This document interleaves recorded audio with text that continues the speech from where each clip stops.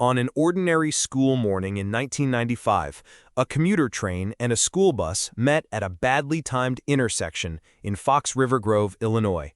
Within seconds, routine turned to catastrophe, and the investigation exposed a chain of tiny decisions and design flaws that changed U.S. safety standards. Watch through to the end for how investigators finally pieced it together.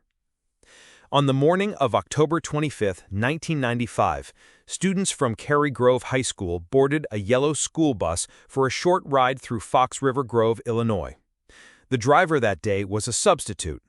The route crossed Algonquin Road and the Northwest Highway, US 14, near a rail grade crossing used by inbound Metra train number 624. Nothing about the morning seemed unusual. Dry weather, normal traffic, commuters grabbing coffee, kids comparing notes for first period. At roughly 7:10 a.m., the bus stopped at a red light just beyond the tracks. It was a near-side traffic signal with limited storage distance between the tracks and the stop line. When the bus halted for the red, its rear extended back over the rails. A moment later, the rail crossing signals activated and the gates descended. The driver, focused on the traffic light ahead, did not immediately realize the rear overhang was inside the gate line. Witnesses heard the bells, saw the gates, and then the impossible.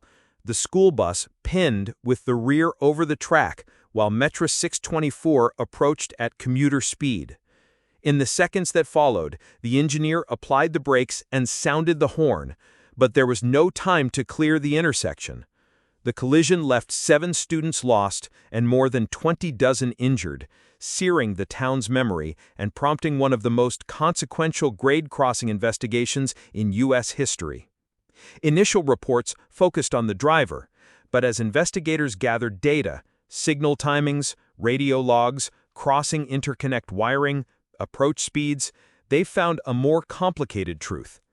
The Federal Railroad Administration and the National Transportation Safety Board, or NTSB, examined the preemption between the rail crossing signals and the adjacent traffic light.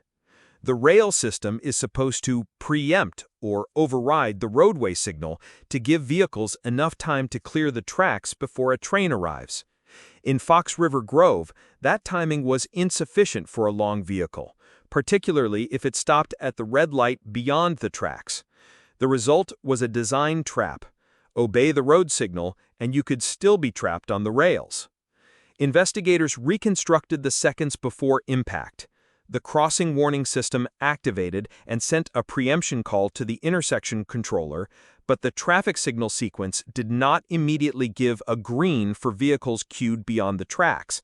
The programmed delay, normal in many urban signals, squandered precious seconds. Compounding the problem, the driver's line of sight to the rail signals was partially obstructed by the bus's position and traffic ahead. By the time the bus began to move, the train was already entering the crossing. The NTSB concluded that the principal cause was inadequate traffic signal preemption and insufficient coordination between roadway and rail systems, compounded by the driver's unfamiliarity with the route and the intersection's short storage zone. The engineer of Metra 624, operating under timetable and signals, had only seconds to react. The train's speed and stopping distance meant the collision was unavoidable once the bus remained on the track. For years afterward, the engineer and first responders described indelible memories of that morning. Anniversaries brought wreaths and quiet gatherings at a small memorial near the crossing, a community's way of remembering and promising change.